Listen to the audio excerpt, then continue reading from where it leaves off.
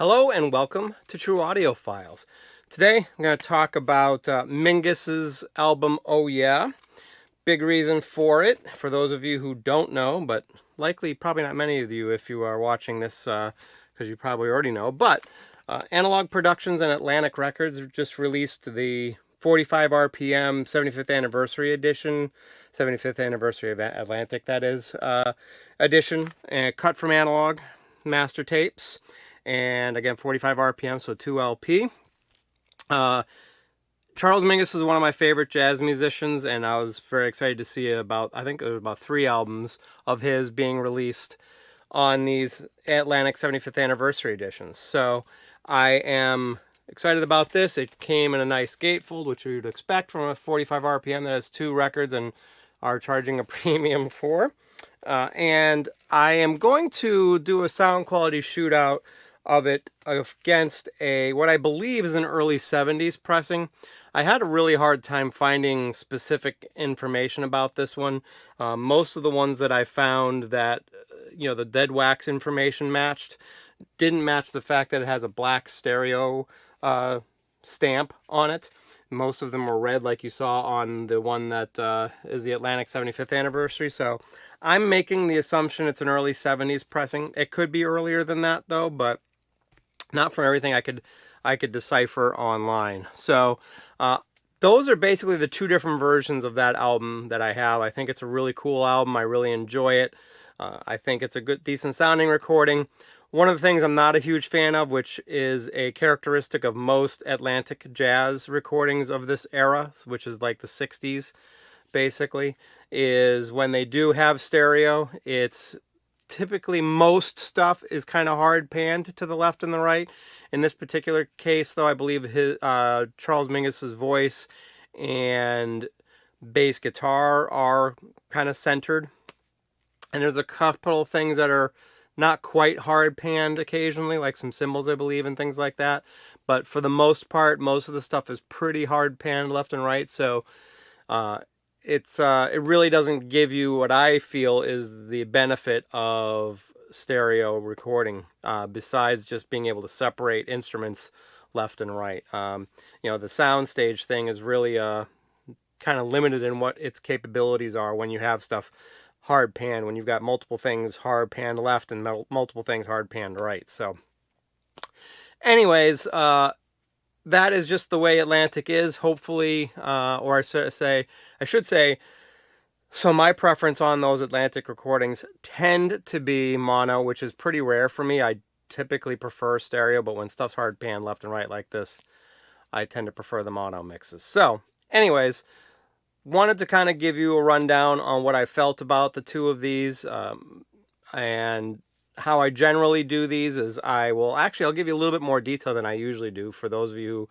who watch my videos on these, you have a pretty good idea of what I do and the initial thing anyways, and that is I'll listen to the new release all the way through, try to find if there's a particular track that would be best to do an A-B comparison between the 2 versions or 3 versions or however many versions I have, and because it stands out as being unique or a good test to do an A-B comparison of, and I'll usually do an A-B comparison between that track and on all of the different versions I have.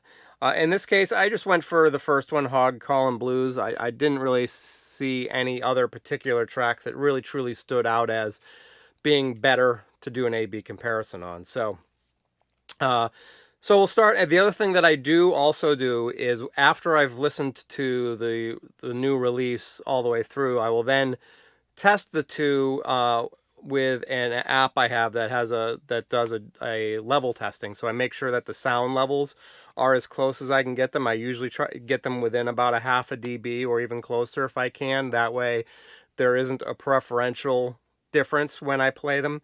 Generally, humans perceive louder sound as better sound quality, so I wanted to make sure that I give them both a fair, even, balanced level of sound quality, or sound, I should say, from a volume level perspective. I usually try to keep it around 84 to 85 dB. So that being said, I played, the 45 RPM Atlantic 75th anniversary version all the way through, I thought it sounded really good. Besides the hard panning left and right, which is unavoidable with this, but I thought it had a good even neutral tone. The highs were crisp and detailed. Soundstage was really, really wide, and because there were some vocals and I believe his bass in the center of the recording, it was relatively deep. There was a little tiny bit of 3D sound to it, because it did seem like some stuff wasn't as hard panned left and right as others. Like I believe the horns, if I recall, I can't remember. There was something that's I'm not thinking of right now, but there was definitely some separation between the instruments that were quote unquote hard panned left and right. So that was kind of a good thing. They weren't quite as separated as I would like. Ideally it would be nice if we have some hard panned instruments far left and far right, if there were some that were maybe more center left, center right, to give you a really good sound stage depth and really good separation between the instruments. But I still heard that pretty well with this, even with the hard panning left and right. There was definitely some separation between the instruments on this, which was really good. Something that you don't always get when it's hard panning left and right. So I felt overall it was really a pretty quiet pressing. Not the most quiet pressing I've heard, but still not anywhere near what I would classify as noisy by any stretch. It was definitely nice and pretty quiet. And it was cut a little bit louder than the next one, the early 70s pressing that I had. It was probably a couple dB at least louder cut. So, and I guess, some of that's because it's 45 RPM and you have the liberty to do that. So then I played the 70s pressing, and this one is in pretty good shape. It's a little bit noisy. It's definitely, from a surface noise perspective, it was a little bit noisier than the 45 RPM, but it still wasn't too bad. And I thought it sounded very, very good too. It had a pretty wide soundstage. I think that the AP one was a little bit wider than this one. One of the other things that I did notice, though, right off the bat was there was definitely more and higher treble, probably higher treble than there was. The more of the high-end treble was more prevalent than it was, on the 45 RPM as in comparison to this 70s pressing. So, which is pretty typical. The 70s pressings, they tend to roll off the high end just for it to be able to be cut easier and better and still preserve the sound quality somewhat. So I definitely thought that the Atlantic 75th definitely had more or higher treble, and that really felt like it opened things up a little bit more. The cymbals and vocals and sax sounded a little bit more natural to me. Maybe it was part of the thing that made me feel like the sound stage, the 3D sound stage, definitely felt more 3D to me on the 45 RPM, and maybe that's because of the treble. I don't know, but there was definitely that impression where the early 70s pressing definitely felt maybe a little bit flatter, less separation between the instruments, if you will. So very, very close though, but there was a clearly, if you really sit and listen to them and just do it, even if it's just a quick comparison, I would definitely say that you should be able to hear a difference between the two. If you like that little bit more treble, I didn't think that it was over the top bright. So there's definitely that. Definitely didn't feel that was the case with this, which has usually been the case with these AP/Atlantic 75th anniversary ones. They definitely have a decent amount of treble, but they generally do not have a lot, or too much. So that's kind of my take. I think, EQ wise, besides that treble, they were very, very, very similar. Very little difference in the bass and the mid range and things like that. They definitely were very, very close. The treble was the biggest difference, and I think, and the wideness of the soundstage, it was cut louder for the 45 RPM, so that was definitely an advantage as well. So, I would really love to hear a first pressing.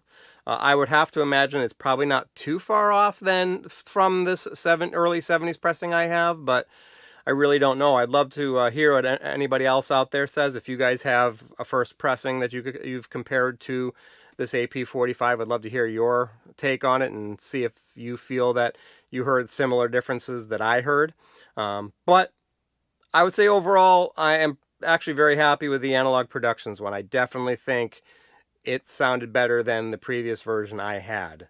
And you know, I definitely felt I noticed a difference in the 3D soundstage. I noticed a difference in the high end. I noticed that it was cut louder and that the vinyl definitely sounded like it was a quieter pressing too. So lots of things going for it. I didn't really notice anything that I would say that I preferred on the early 70s pressing, but it was not bad by any stretch. So I don't want to take anything away from the early 70s pressing because I think it sounded good. So. But that is everything I have on this one. I'd love to hear your take if you have different versions of this and kind of get your input and see what your thoughts are on it. Leave some comments below or in the comments section. Let me know your thoughts. And also, I want to thank everybody for watching. I want to thank you for subscribing if you do. If you don't, please subscribe. Love to see those new subscribers. And hit that like button if you liked the video. So it helps my channel some. So that is everything I have for today. I want to thank you very much for watching. I want you guys to have a great rest of your day and a great rest of your week. Thanks a lot.